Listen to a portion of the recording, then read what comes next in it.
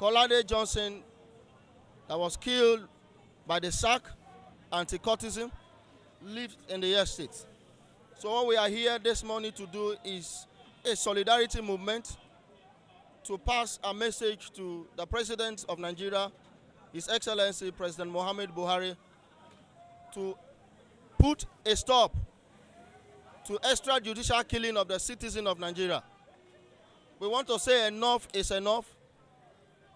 They can't just be killing us like animals. If the Sars need to be reformed, if the police need to be reformed, let them be reformed.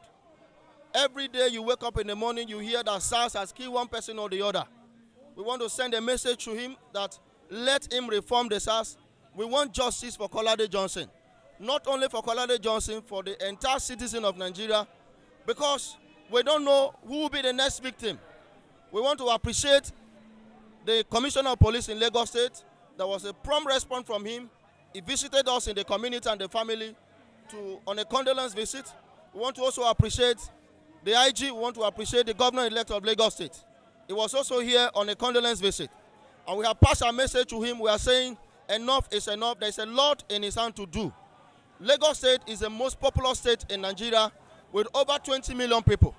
He has a lot to do, and he has promised us that justice will be given. It's really okay because I'm really grateful because people came, they really came out from their house to join us to end this brutal killing, to end this. And I'm really grateful for all the youths, this estate, even from around. I don't even know them, but I thank God for this rally. That government should please do something to this Sars.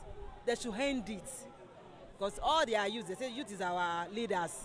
They are killing all our leaders. They should please end it.